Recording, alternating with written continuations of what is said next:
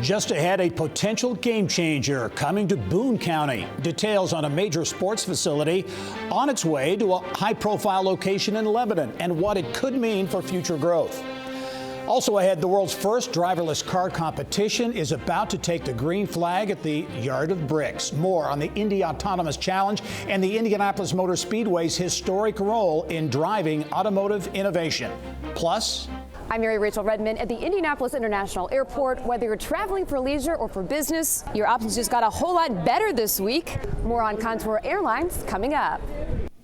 Details on those stories and a look at cybersecurity in Indiana. It's all ahead on this edition of Inside Indiana Business.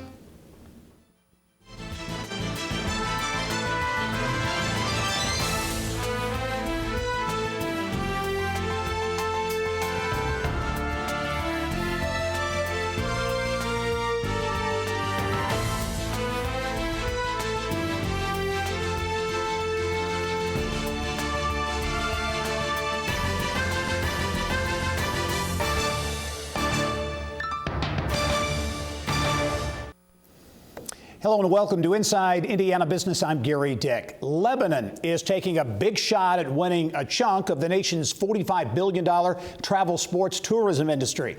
This week, the city announced one of the largest economic development projects in its nearly 190-year history. Developers are planning to transform a high-profile location on 95 acres at I-65 and State Road 39 into a multi-sport field house. The $115 million project also includes apartments, townhomes, and cottages.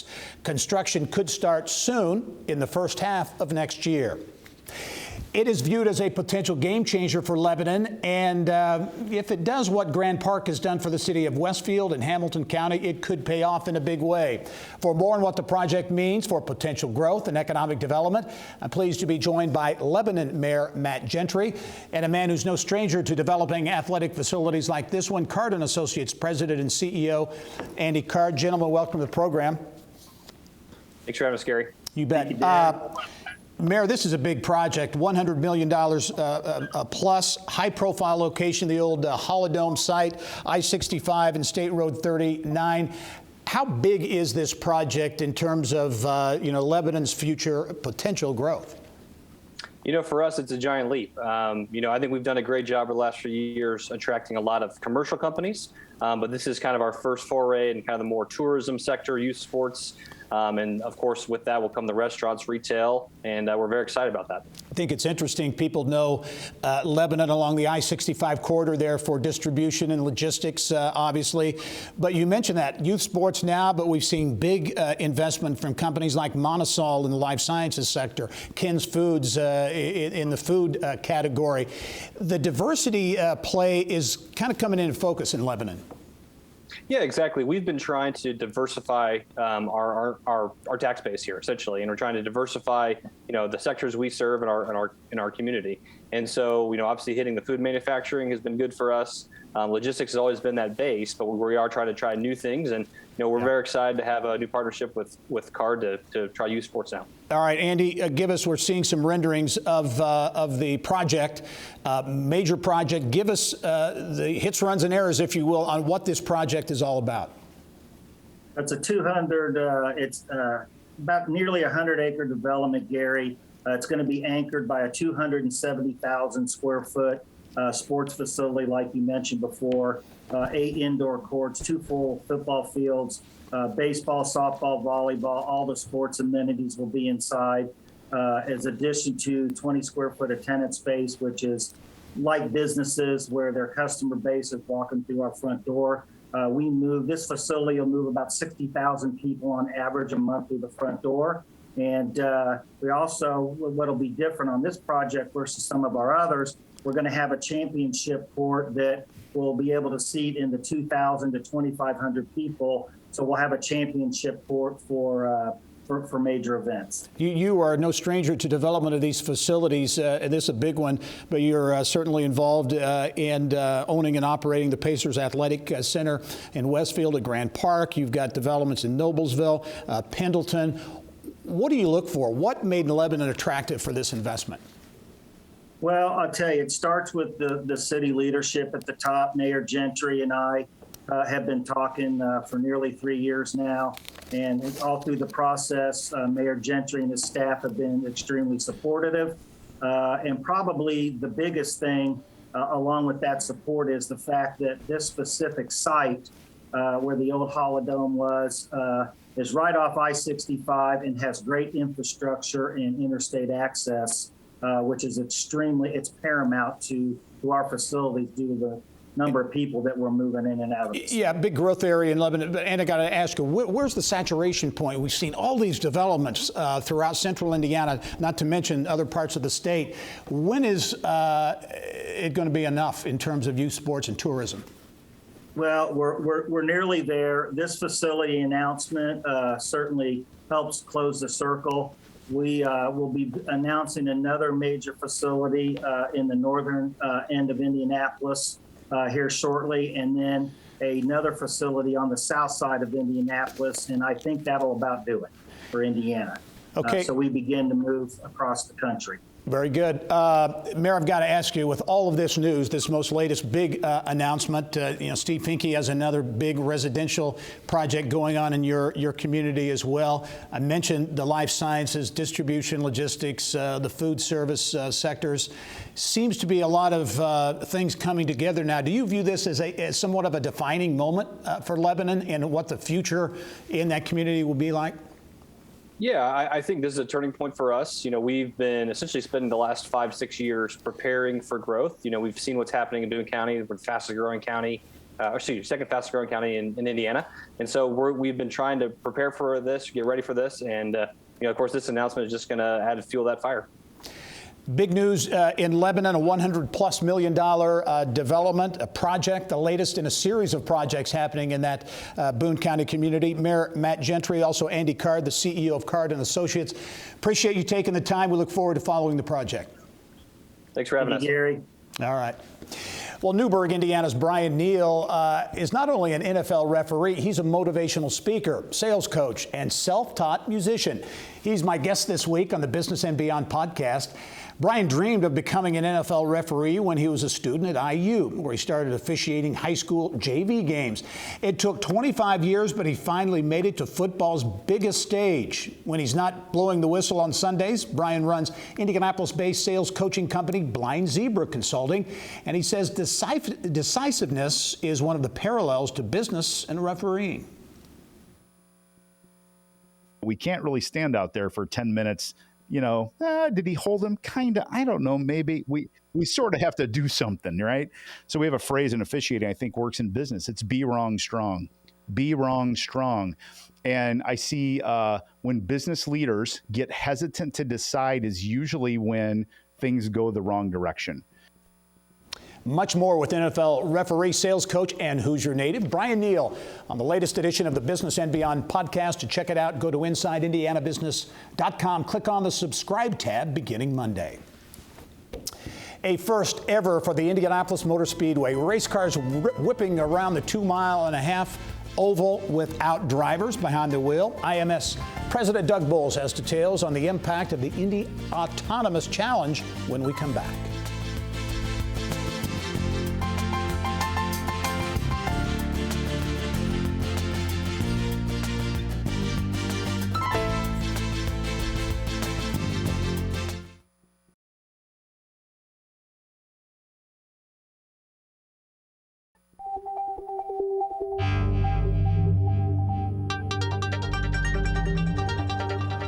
It's time to go inside innovation, brought to you by Allegiant, pioneering safety. Well, the Indianapolis Motor Speedway has been an incubator, a proving ground for automotive innovation since it opened in 1909. The famed oval will mark another milestone in innovation next weekend when it hosts the world's first driverless race. The Indy Autonomous Challenge features 10 teams from universities, some 21 universities representing 9 countries. They'll be gunning for $1.5 million in prize money, and for more on this event, again shining the global spotlight on Indianapolis. Pleased to be joined by IMS President Doug Boles. Doug, welcome to the program. Well, thanks for having me. Yeah, and some new news, if you will, on this event. Again, October 23 is the date. But these teams, these driverless cars and these teams have been testing at Raceway Park, and everyone wants to know how fast these things are going to be going, and interesting developments on how the testing has gone. Yeah, absolutely. Paul Mitchell and Matt Peak over at ESN have really been managing through this and making sure that when those cars come to the Indianapolis Motor Speedway, they're prepared and they're safe. So they've been testing at Raceway Park, but in the last few weeks, they began the transition here to the Indianapolis Motor Speedway. And we're seeing speeds in excess of 100 miles an hour from cars that are driving themselves around the Speedway. So big improvement over the last several weeks. Can't wait to see what next weekend holds. Yeah, amazing technology. Doug, this idea has been a long time in the works, and getting up to preparing everyone for it has been a big job. Talk about the competition, really what it's all about. It's about innovation technology, I know, but talk about what folks are going to see in this race. Well, for the Indianapolis Motor Speedway, it's just a way to harken back to the beginning of the racetrack. It was built to test the new technology of the day, which was the automobile. So to be able to continue to do that 112 years later, I think Carl Fisher would be pretty excited. For the folks at ESN who are really managing the competition, for them it's an opportunity to give universities and university students an opportunity to showcase how bright they are and how they can take on a really difficult challenge and be successful with it. For our community, it's awesome because it brings those best and brightest here, and hopefully it puts Indianapolis and Central Indiana on the map as a technology hub and a place where we attract some of those folks to come spend their professional careers here in the Indianapolis area. Yeah, in a big way, putting the spotlight on Indianapolis. That includes the corporate spotlight. I know Cisco Systems, the presenting sponsor, if you will, of this, putting some technology in and around the track as well. So the corporate interest in this race is substantial as well. Yeah, absolutely. Cisco's been a huge partner for ESN. They've really created sort of the technology communication platform around which these cars can continue to talk to know where they are on the track, talk to the computer so that they can navigate around the track completely autonomously. So we couldn't do it without Cisco. But even people who are endemic to our sport, like Firestone, for example, is really excited about the tire technology that you learn from this. NTT Data has interest in seeing this. So this has a lot of interest, not just for folks like Cisco, but for a lot of brands around the world to see how this next level of autonomous comes along. And I can't wait to hear 10 years from now the number of people that can say, we learned an awful lot at the Indianapolis Motor Speedway, and it drove the new segment of autonomous technology as really the starting point. Yeah, big event coming up October 23. Very quickly, Doug, you've got a big event coming up this weekend. IMS continues to be a hub of activity. The Indiana 8-Hour Challenge, going to be some interesting activity on the track. Yeah, absolutely. So this is the second year we've had an 8-hour endurance race on Sunday. So it's 8 hours with some of the best cars in the world. It's the SRO GT Challenge. And this year, unlike last year because of COVID, we have international teams competing. About 45 of them will compete. They take the green Sunday morning and they take a checker at the end of the day after 8 hours. It's a blast to see. I can't wait to see folks out here for that. Just again, trying to continue to use the Indianapolis Motor Speedway for some of the best racing of the year, not just during the month of May, but all year long. Yeah, global spotlight indeed also for the Indy Autonomous Challenge, October 23. IMS President Doug Boles. Doug, as always, thanks for joining us. We'll see you soon. All right. Thank you, Gary. All right. Well, next destination, Milwaukee. Not the 4-hour drive, but a quick trip through the air. Mary Rachel Redmond takes us on board in this week's Around Indiana.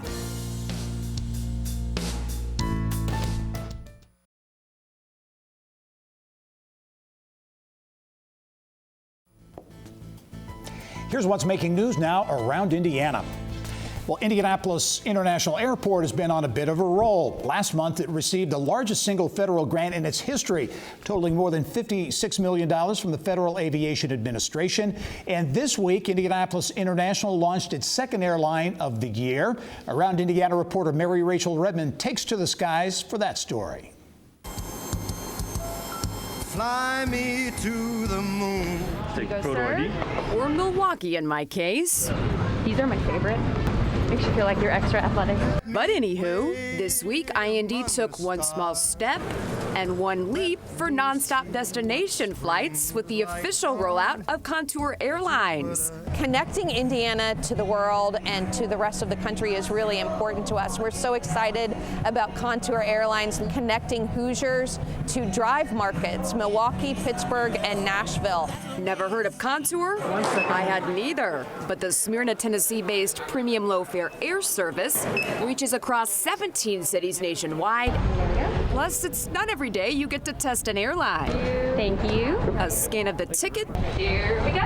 And I was on my way, joining several other Hoosiers this week on the inaugural Contour flight to Milwaukee. We saw there was a direct flight, so we wanted to go do it. It's the easiest way to get there. It's only an hour. And no better way to spend that hour than with the man in charge of Contour Airlines, Matt Chaffetz. This is the CEO of this company. Wow. Why did you choose Indianapolis as a market? When we looked at the cities that had the greatest number of unserved routes under 500 miles that we felt like are the right fit for our aircraft and our product, Indianapolis was at the top of the list. So what can folks expect when flying Contour? I think our roots as a private jet charter company really prepared us to run a scheduled airline well. When you have people paying $8,000 an hour to charter an aircraft, they want to make sure that their aircraft shows up on time. And so you build an infrastructure to support that, and we run our scheduled airline the same way. We operate Embraer regional jets that were originally built to hold 37 or 50 people. And regardless of whether it's a 37 or 50 passenger variant, we've removed rows and respaced those. So all of our service aircraft have 30 seats. And perhaps the best part, each seat has 3 feet of legroom. That's the equivalent of first class in most of your domestic flights. So let me tell you, it's a pretty comfortable ride. But really, I think the reason people end up on Contour is because we're going where they need to go. On every single route that we fly, we're the only nonstop option. And on the other side, we're the only carrier flying between large and mid-sized business markets that don't have nonstop service. On all of our new routes from Indianapolis, we're the only carrier offering nonstop service. So if you need to get to Milwaukee, Contour is, I think, clearly the best option. This Hoosier businessman definitely agrees. Well, I don't have to drive 4.5 hours. I don't have to go through Chicago and deal with the traffic.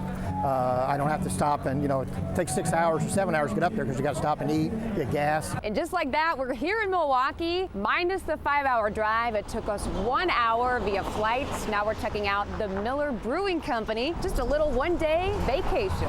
But for this Yorktown teen, new access to direct flights through Contour means more time with mom. Easily get on a flight for 40 minutes, come see her, instead of just driving like 6 hours. It'll literally be a 40-minute flight and I'm already here, and I could probably do it once every couple weekends. Makes their life a lot easier. Mary Rachel Redman, Inside Indiana Business. All right, Mary Rachel, thank you. Also making headlines around Indiana this week, one of the most historic buildings in southeast Indiana has new life after sitting vacant for more than 30 years. After undergoing a $20 million restoration, the Eagle Cotton Mill in Madison has been transformed into an 85-room Fairfield Inn and Suites. Built in 1884, the massive 3-story building served as a cotton mill until the 1930s and was once listed on Indiana Landmark's 10 most endangered list. Indiana Landmark says the Fairfield Inn is the first hotel in the state housed inside a historic building. A different fate for one of the last remaining symbols of Indiana's rich manufacturing heritage in northeast Indiana. A piece of the once massive International Harvester plant in Fort Wayne is about to face the wrecking ball. Our partners at WPTA TV report the Harvester power plant is beyond repair. That building supplied power to the truck manufacturing plant that once employed more than 10,000 and stood for almost a century, but has since been idled since 1983. And in southwest Indiana, gamblers wheeling and dealing in the newly branded Bally's Casino Evansville. It used to be the Tropicana Evansville until Caesars Entertainment sold it to Bally Corporation in June in a deal valued at $480 million. The building includes restaurants, convention space, and much more. Cyber attacks, they are disruptive, they are costly, and there's not enough cybersecurity professionals to address the problem in Indiana. We'll explain how 3 Indiana universities are joining forces to tackle that big issue.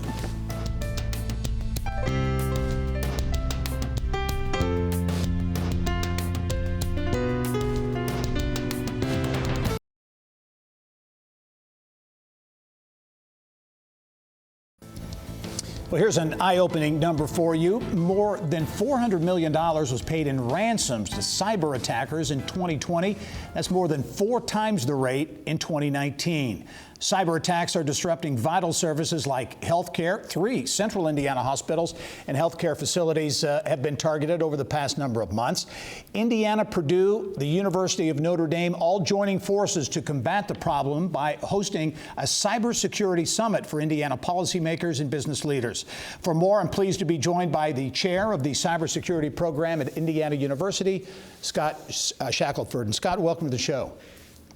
Thank you so much for having me. It's an honor. Yeah, I want to talk about this summit coming up on Monday. But first, cybersecurity, obviously a hot button issue, very much in the forefront of the minds of businesses and organizations all over the globe. And Indiana, really, thanks in large part to the academic institutions and others, really a leader in cybersecurity.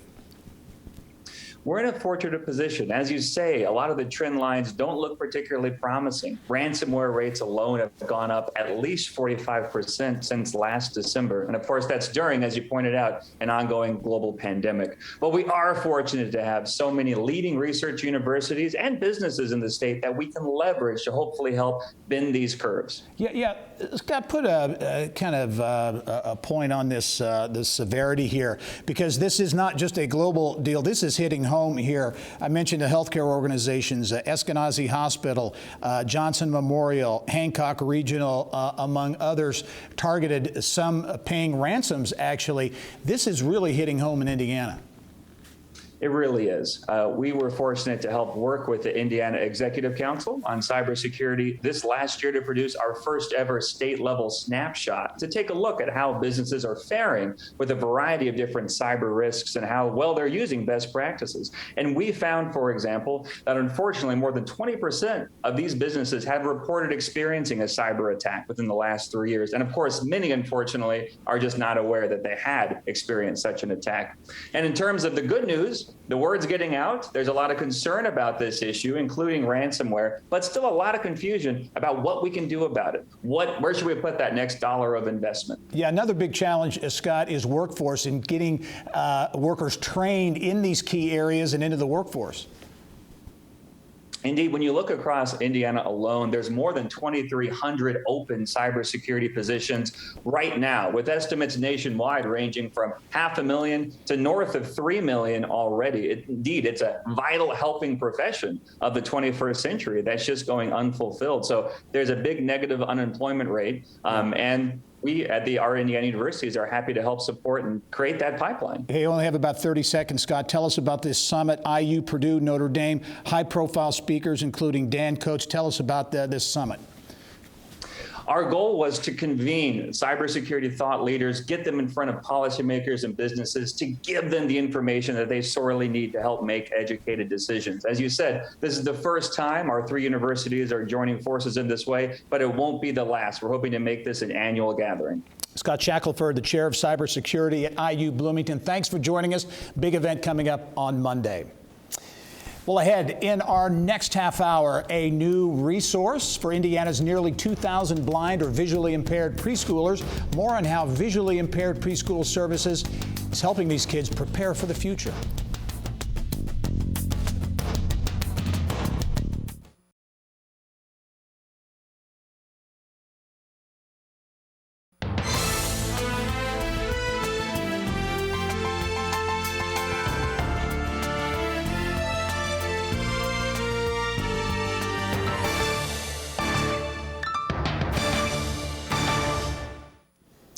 Well, a significant milestone this week in West Lafayette that could have big impact on the economy and U.S. military. Purdue University, the state of Indiana, and Sweden-based Saab formally dedicated the aerospace company's new $37 million research and manufacturing facility at the Purdue Discovery Park District. The facility will produce the aft section of the T-7A Red Hawk advanced trainer aircraft for the Air Force. It's in partnership with Boeing. The T-7A has been officially named the Red Hawk to honor the Tuskegee Airmen, the first black military aviators in the U.S. Army Air Corps, which eventually became the U.S. Air Force. Well, now onto the business of health. Hoosier children who are visually impaired will soon have a new Indianapolis Resource Center. The upcoming center is just one of the statewide services that visually impaired preschool services offers to help young children get ready to excel in school. Barbara Lewis is filling in for Kylie Valletta this week in the business of health. Barb. Gary, thank you very much. Well, October is Blind Awareness Month. There are 2,000 Hoosier children under the age of 5 who are either blind or visually impaired. Now, those years before kindergarten starts are incredibly important to their future. Joining me now is the Regional Director for Visually Impaired Preschool Services, Meredith Howell, to tell us more about the new Resource Center. But before we do that, Meredith, I'd love to know a little bit about your organization. Yeah, thank you so much for having me. VIPS is a nonprofit organization, and we provide early intervention to infants and toddlers, so birth to 3, all throughout the state of Indiana. And we started in Louisville, Kentucky back in 1985, and services started over here in 2011. And since then, we have just grown exponentially, providing support to this very underserved population of children in need. Okay, so let's talk about this new center. I read there is a toddler town. There's a lot of resources, a clinic. Give us a tour, if you will, of what's going to be offered there. Yeah, so we will have, it's the first of its kind in the state. And what makes it so unique is that everything is accessible for a young child who is blind or visually impaired. So we'll have a sensory room and a lending library for the parents, so they're able to check out Braille books and large print books and Braille writers, things that will provide early literacy to their little ones who are blind or visually impaired. We'll also have a sensory garden, an adaptive playground, a nice open teaching space for all of our teachers that are usually out on the road, but now they're going to be able to serve babies in the center as well. We'll have a large parent hub for families and teachers to be able to get together and have them, parents be able to let their guard down and be around other families that have children with very specialized needs. So we couldn't be more thrilled about this very exciting endeavor. And this is personal to you. I mean, you know as a mom how important these services are.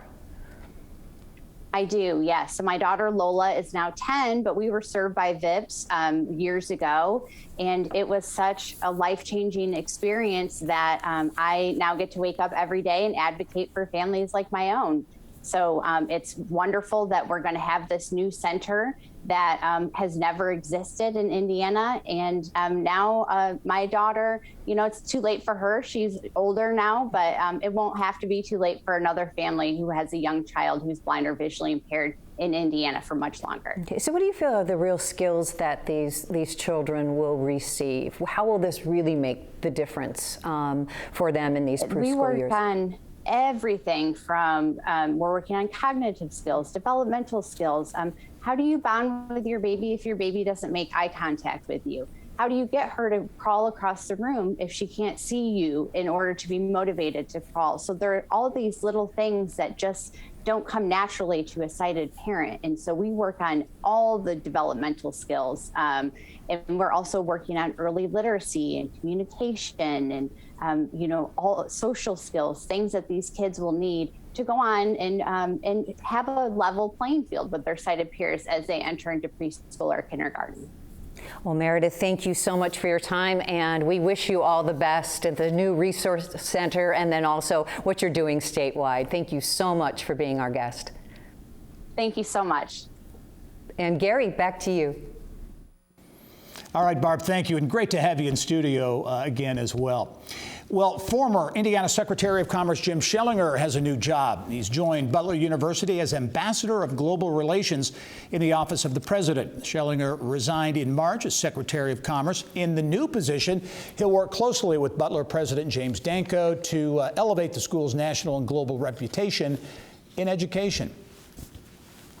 Indiana's largest college has a new executive at its Indianapolis campus. Dr. Lorenzo Esters came on board as Chancellor of Ivy Tech Community College in July. He has jumped in with both feet, growing existing partnerships and also creating new ones here in central Indiana and beyond. He's also launched several community initiatives, including creating the hashtag INDY proud, and also establishing, get this, a cycling and running program with students called Getting Fit with the Chancellor. For more, pleased to be joined by new Ivy Tech Chancellor, Dr. Lorenzo Esters. And Dr. Esters, welcome to the show.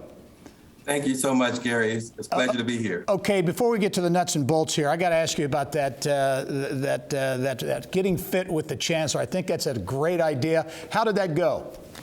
Well, it was awesome, Gary. It really was an opportunity for me to connect with the students. So on Tuesdays, for about a period of 8 weeks, we exercised with students. On Tuesdays, that included running about 5 miles. And on Thursdays, it included cycling for about 10 miles.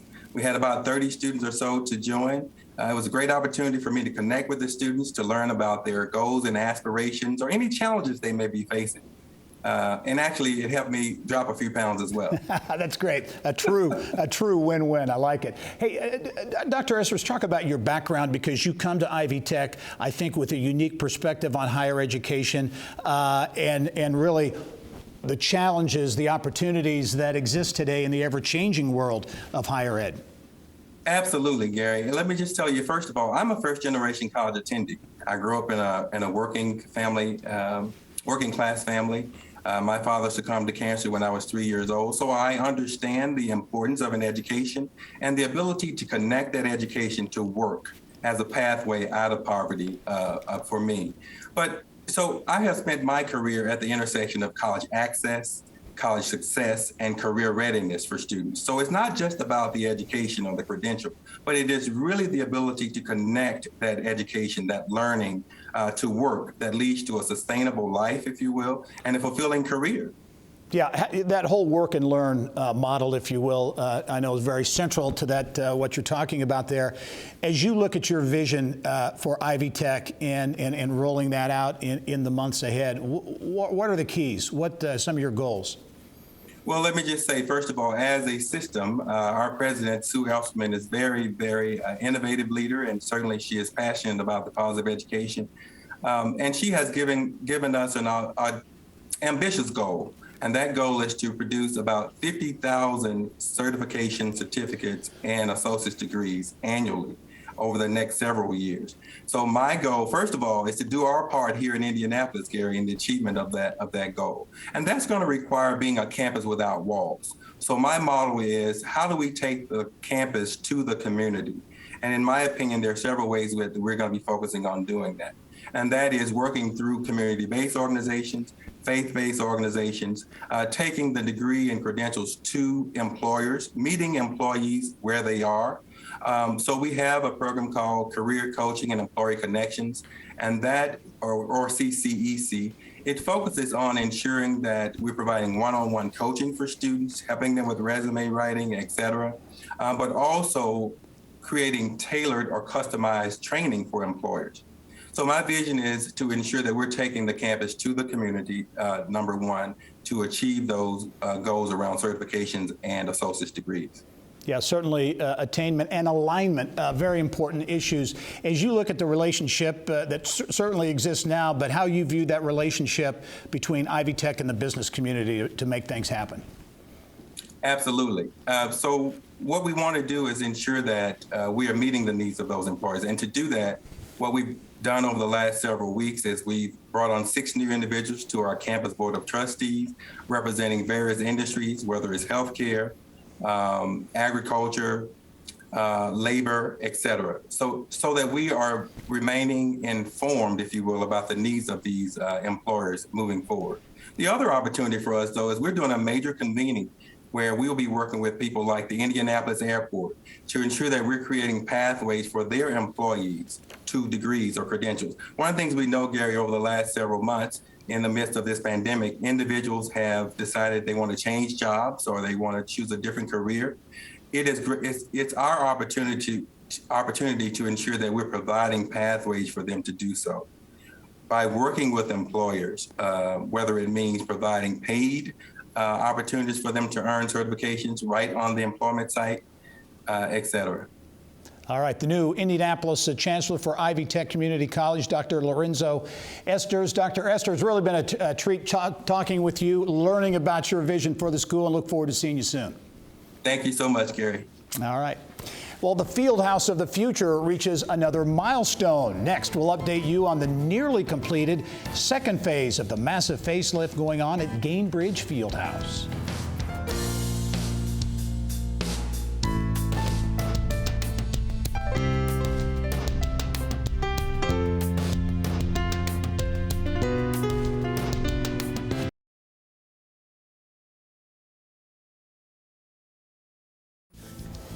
Well, as Indiana Pacer fans return to Gainbridge Fieldhouse, they not only will encounter the new name, but in many ways a new arena. Bill Benner has more in this week's Inside Indiana Sports. Bill.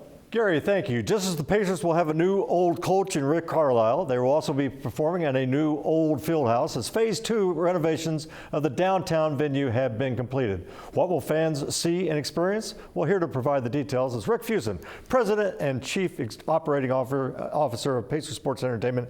Rick, welcome. Good to see you again. And for many fans, as the season finally unfolds, this will be their first Fieldhouse experience. And as they walk into that grand staircase area, kind of what will they see that they haven't seen before? Well, they're going to start to see something real different on the outside. On the north side of the building, they're going to see a lot of construction going on because that's going to be our great plaza that will open sometime late next year. And we're going to celebrate the bicentennial, and we're going to have ice skating. We're going to have concerts and basketball games. There are all kinds of different things. So it'll be a year-round year-round area where people can come downtown and have fun outside. And then they'll go in the entry pavilion, and it will be totally redone. Glass on the north side, out looking over the plaza, new escalator. And you're going to see a lot of different things. Our box office is no longer the main structure that it was. It's more of a concierge box office. So you're going to start seeing those things. You go up the grand staircase, and we got a big opening now to the seating bowl. We got some bars on each side of that. And then you're going to see these new gray seats coming up from the bottom and going up through the Creek Duval Club level. There's all kind of different things you're going to see. That scoreboard still is massive, and it's there, and you can see it from all over. But down in the south end, in the concourses, we have a different concession area. We have windows all around the building now. You're going to be able to see the practice court, the St. Vincent's Center on the east, and you're going to be part of downtown on the west. And in the south, we even have windows now. So you're going to see a lot of different things as you come into this field house. Rick, when Conseco Fieldhouse opened in 1999, part of the charm of it was the retro feel. You really combined a great arena for the future with the Indiana basketball retro feel. Has that retro atmosphere been retained as the Fieldhouse moves forward? Well, as you know, Bill, retro, in the case of you and me, can be a state of mind. So I've been there 38 years. You've covered us. You've been part of us, whatever else. So as long as we're there and as long as we're coming to games, we're going to feel the retro spirit. But you know what? It's the best basketball gym. You still see the brick. You still see a lot of things that you'll never forget. We've still got a lot of those cases and things around. So we'll never get rid of the retro feel because that's part of our history of basketball in Indiana. You know, the other exciting thing, again, Phase 2 is now done, but Phase 3, looking forward, it's going to be a great downtown gathering spot. You're going to have an outdoor basketball court in the summer, and then you're going to have an ice rink in the winter. I think that will become like Monument Circle, a true gathering place for fans and just general population. Yeah, I just want to say that as fans come here, we're still kind of finishing Phase 2, so they're going to see some things. You know, have to pardon our dust for a couple more months as we put these things together. But as we come into next year and as we close down next summer and then come back in the fall, I think this gathering space is going to be tremendous for downtown. You know, we're not going to have to close the street. It'll go well with in terms of what happens on Georgia Street between the Convention Center and Bankers Life. And think ultimately, when the jail property goes to the east side of town and all the way to Luger Plaza, talk about the corridor there. We're going to be another generation of great places to have things like Big Ten or the NCAA first and second round or regionals or Final Four. Whatever the case may be, I think we continue to set up our downtown for a great future for all these sporting events and conventions as well. Hey, Rick, just less than a minute left. Talk about the season opener, October 23rd. They're going to have a gold out and certainly anticipate a capacity crowd as NBA basketball in its full form finally returns to Gainbridge Fieldhouse.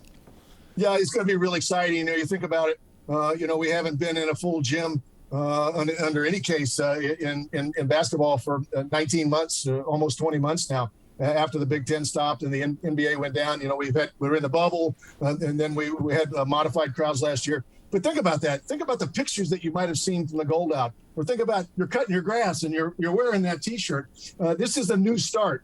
I think it's a new start for all of us to come together to celebrate the game that we love so much in Indiana. And this Pacer team with Rick Carlisle at the helm, you know, we are really excited about it. We got some great young players. We got our other players back.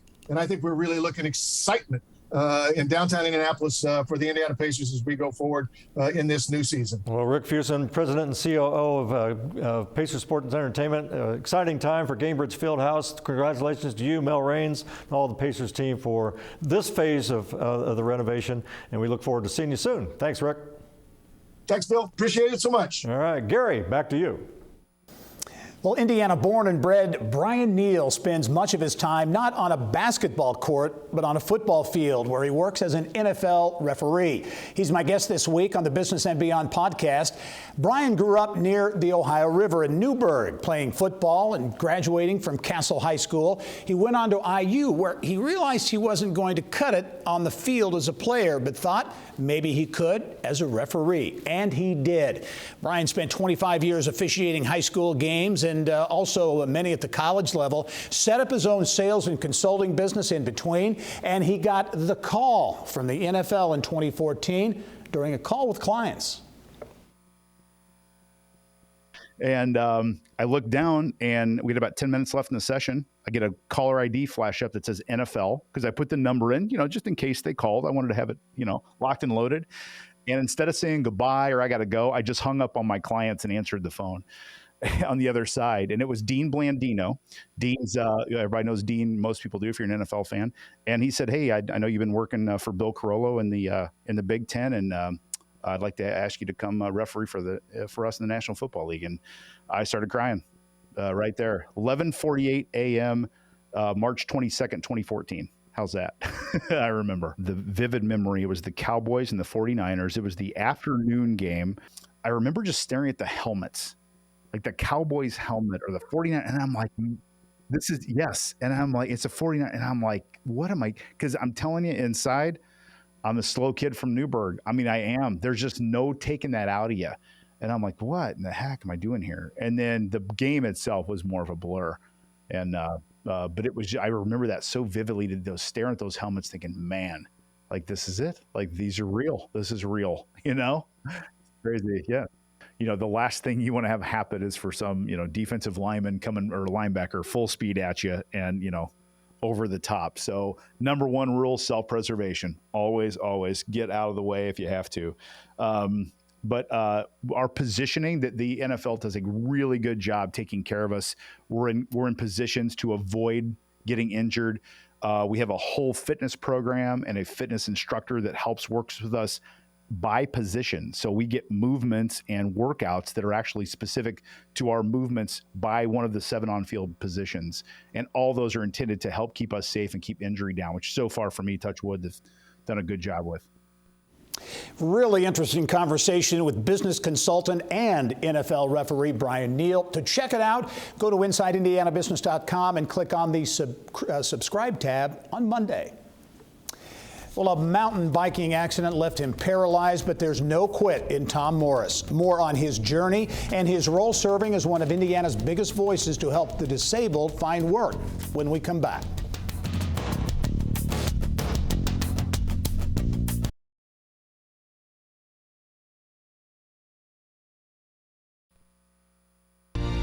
Adversity equals opportunity has given me so much perspective on just what the opportunities are out there. You almost welcome it not going perfect, maybe even having a bad day, but what can I learn from it? What can I do? Inspirational words from Tom Morris, a fitness diehard whose world was rocked after a devastating mountain bike accident left him paralyzed from the waist down. But he has used that experience to teach others the value of resiliency, to never give up.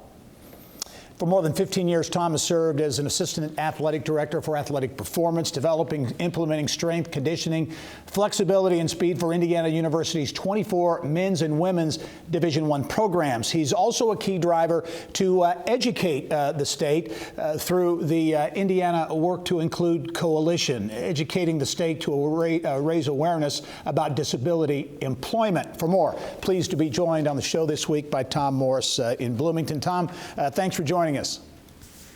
Thank you for having me. Extremely excited. Yeah, well, hey, I want to talk about the Work to Include initiative, a statewide coalition, and the efforts of that group. But your story is truly an amazing one. You were, I think, a triathlete, very active, had a dream of being a strength and conditioning coach and instructor for many, many years. And then you had this serious accident that really changed everything at that time. It sure did. I lived a life that was basically, I had no boundaries. I was out there living the life of pure freedom, doing a job that I never felt like I worked out a day in my life, and being able to compete in sport where it just gave me an identity.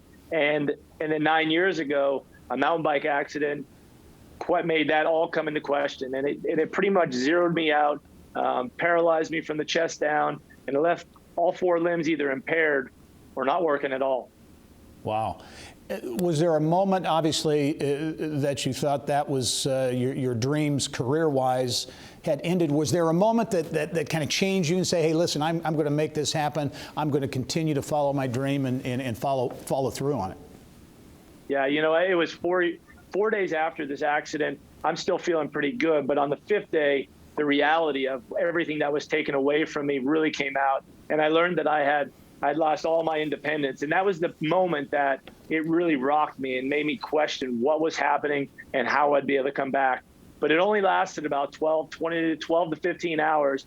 And then the reality set in of, I'm going to gain back this life. I'm going to work my butt off. I'm going to control what I can. And I'm going to systematically keep gaining back everything that I had before. Just going to come back and do it a bit differently. Yeah, and you're doing it in a big way at Indiana University and beyond, statewide through the Work to Include Coalition. Again, a coalition of teams around the state of Indiana really focused on helping to get Hoosiers with disabilities, helping to get them on the job. There's a statistic I find interesting. There's some 463,000 Hoosiers with disabilities, but of that amount, less than 40% were employed at last look. So there's a real opportunity there and some real challenges you're trying to address. Absolutely. Those numbers are staggering. And when you look at that much of the potential workforce that's out there, and just sitting there not doing anything, it breaks my heart because, working for so many, it isn't a chore. It's such a luxury to be able to come in and impact people and to make a difference, to have a passion and to be able to show that passion and help others. And knowing that there's that many people that are unemployed, it is really tough. So it's our goal to spread the message, to be able to share that, to get employers to help these people. Yeah, and especially during this age of workforce shortages, which we're talking about on a daily basis. And you're a prime example of the talent that's out there in the community of those people facing disabilities. Incredible talent through a range of areas that can be put to good work. Well, I really appreciate that. And there are so many. I mean, there's just the amount of people that I've been able to meet that are currently unemployed, that do have a disability, but the impact that they can make from their perspectives to just their passions to the lives they've lived and how they can impact everyone around them. It's staggering and it's unbelievable. And that's why we need to continue to keep forcing and pushing with this initiative. Tom Morris, Senior Assistant Athletic Director for Athletic Performance at IU. Tom, an amazing story, very inspiring, and really neat you're branching out even beyond the university, going statewide. Thanks for joining us and good luck going forward. I appreciate it. Thank you so much. All right. And I'll be right back after this. Stay with us.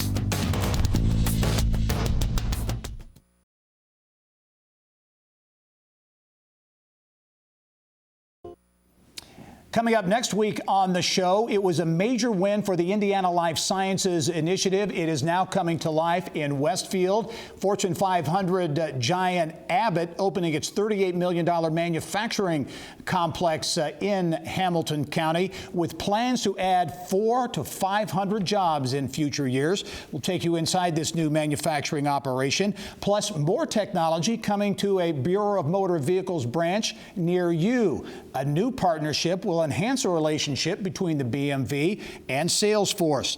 Plus, news in the technology scene. Christine McDonald, the co-founder of Codalicious, talks about landing $4 million in funding and what it will mean to her company. We'll also talk about the impact on the overall tech scene in Indianapolis. We will have those stories and much more, including news from around Indiana. It's all coming up next week inside Indiana Business. Thanks for joining us this week. I'm Gerry Dick. Go out and make it a successful week.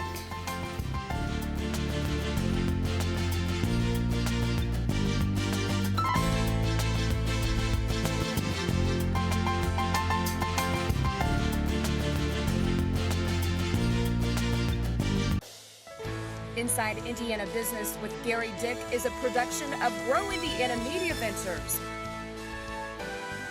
with support from WFYI Productions.